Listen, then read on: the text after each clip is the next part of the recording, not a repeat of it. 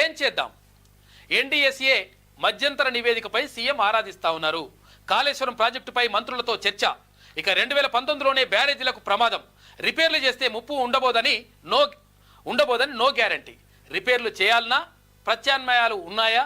త్వరలోనే మేడిగడ్డ, సుందిల్లా పంప్ హౌజులను క్షేత్రస్థాయికి వెళ్ళి పరిశీలిస్తాం అని చెప్పేసి ముఖ్యమంత్రి రేవంత్ రెడ్డి గారు చెప్పిండ్రు.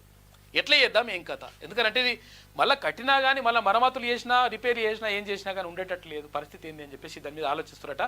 అందుకని ఒకసారి అడిగి పోయి చూసేద్దామని చెప్పేసి ముఖ్యమంత్రి కూడా భావిస్తున్నారు.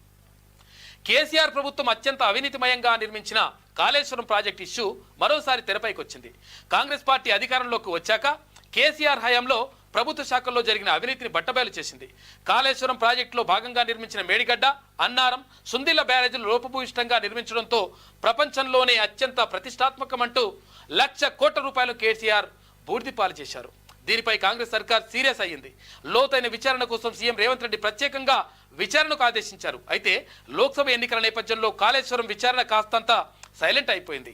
ఇటీవల లోక్సభ ఎన్నికలు తెలంగాణలో ముగియడంతో తెలంగాణ సీఎం రేవంత్ రెడ్డి పాలనపై దృష్టి సారించారు. అయితే తాజాగా శనివారం మరోసారి సీఎం రేవంత్ రెడ్డి మంత్రులతో సచివాలయంలో సమావేశమయ్యారు. ఈ క్రమంలోనే కాళేశ్వరం ప్రాజెక్టుపై కీలకంగా చర్చించారు. ప్రధానంగా ఇటీవల NDSA national dam safety authority రాష్ట్ర ప్రభుత్వానికి ఇచ్చిన మధ్యంతర నివేదిక పైన చర్చించారు.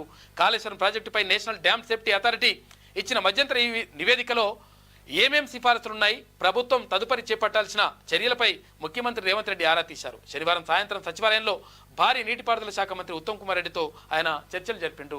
మొత్తం మీద ఎట్లా చేద్దాం ఏం కథ అనేది ఆలోచిస్తారట. గంత నాశనం చేసిండు. ₹1,00,00,000 కోట్ల తీసుకుపోయి అలా పోస్తే కథం అయిపోయాయి. ఎవడు ఇవ్వాలి, ఎవరు తీసుకోవాలి ఇప్పుడు పైసలు? ఒకవేళ ఇప్పుడు మళ్ళీ ఏమైనా రిపేర్ ఇట్లా చేద్దాం అటు ఇటు అనుకుంటే కూడా అది చేసినా కానీ మళ్ళీ ఉంటుందో పీక్తుందో కూడా తెలియదు. అటువంటి పరిస్థితి ఉంది. కేబినెట్ భేటీ వాయిదా. ఎన్నికల కోడ్ నేపథ్యంలో ఈసీ అనుమతికి వెయిటింగ్ అడ్డ. రాత్రి 7 గంటల వరకు ఈసీ నుంచి నో రెస్పాన్స్. 2 రోజుల క్రితమే భేటీకి సీఎం రేవంత్ రెడ్డి నిర్ణయించారు. సోమవారం లోపు రాకుంటే కేంద్ర ఎన్నికల సంఘాన్ని కలిసే అవకాశం ఉందంట. కాబట్టి దానికోసం ఢిల్లీ వెళ్ళనున్నారు ఒకవేళ ఇవాళ సాయంత్రం లోపు రాకపోతే.